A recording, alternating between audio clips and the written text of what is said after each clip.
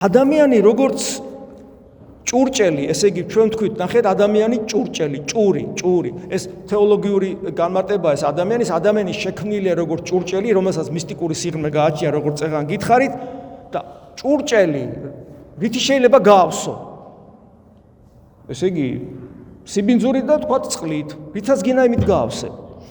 ადამიანი არის სამწუხაროდ ადამიანი არის თუ მასში ღმერთი არ არის, რატომღაც თუ ამას თავის განმარტება აქვს, რატომღაც ძალიან უნდა იქ შეძრომა ბოროტ სულს.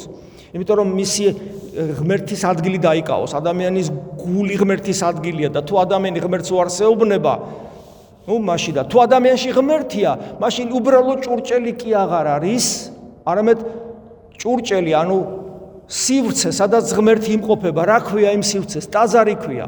და ამიტომ ადამიანი არის პოტენციური ტაძარი. და ნახეთ პავლე მოციქული კვლავ კორინთელთა მიმართ ეპისტოლეში ისევ არა უწყითა, ანუ არ იცითო?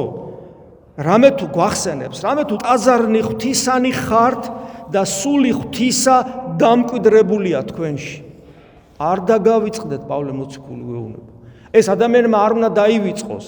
და ადამიანს ეს თუ ახსოვს ყოველთვის და თავს თუ ქრისტიანად თulis არ დათვრება, წამალს არ გაიკეთებს, არ იმრუშებს, ესე იგი, რა ვიცი, რაღაც საშინელებებს არ გააკეთებს, არ დახარჯავს თავის სიცოცხლეს, სისულელეში, არ დააზიანებს თავის სხეულს მიზანმიმართულად. იმიტომ რომ და მით უმეტეს უწმინდურობით, იმიტომ რომ მასში ღმერთი ცხოვრობს და თუ ასე არ მოიქცევი სწორად, მას შენგან ღმერთი წავა, შენგან რო ღმერთი წავა, ჯოჯოხეთი იწყება შენთვის, რომლის რეალიზება შენი გარდაცვალების მერე მოხდება. ძალიან მნიშვნელოვანია, როცა საუბრობთ ადამიანის სხეული და სხეულიც და სულიც, ამ შემთხვევაში როცა ვამბობთ ადამიანზე, სხეული და სულს ორივეს მოვიაზრებთ.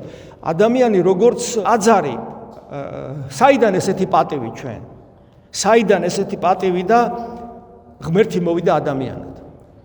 ჩვენი ყველაზე ცუდიც კი რაც შეიძლება წარმოიდგინო ბიოლოგიურად ვამბობ, არა ცოდვის მხრივ, არამედ ბიოლოგიურად, სისუსტის მხრივ, რომ ადამიანი სუსტია, ადამიანი უნარო, ადამიანს რაღაცების ეშინია, ადამიანს ჭამა უნდა, სმა უნდა, ადამიანს რაღაც გარკვეული გამონაყოფები აქვს. აი ყველაფერი, აი რაც ადამიანის ღირსებას, პიროვნულობას, თავისუფლებას, გონიერებას არ ეკადრება ცხოველივით არის, ხო ადამიანი რაღაც ნიუანსებში.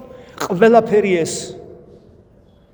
თავისი ყველა მინუსით, გარდა ცოდვისა ვამბობ. აიღო ეს სხეული და საკუთარ პიროვნებაში შემოიყვანა იესო ქრისტემ, ღმერთმა.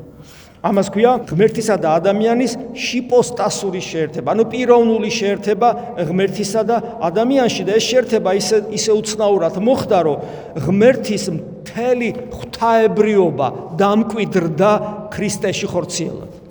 ამიტომაც ჯვარცმას რო უყურებთ, ვამბობთ ღმერთი არის ჯვარცმული, ღმერთი მოკვდა. ღვთისმშობელზე ვამბობთ, რომ ღმერთი გააჩინა. ადამიანმა ღმერთი როგორ უნდა გააჩინოს და ღმერთი როგორ უნდა მოკვდეს, მაგრამ ის ადამიანი, რომელიც მან თავის პიროვნებაში მიიღო, იმ ადამიანობას ადამიანური პიროვნულობა არ აქვს, ღმერთია მისი პიროვნება და ეს ადამიანი ჩვენ ერედემენი თავის თავში მიიღო და ამის მერე ადამიანური ბუნება შესაძლებელი გახდა ღმერთის დატევნისა თავის თავში და ჭურჭლად შექმნილი ადამიანი ტაძრად გადაიქცა.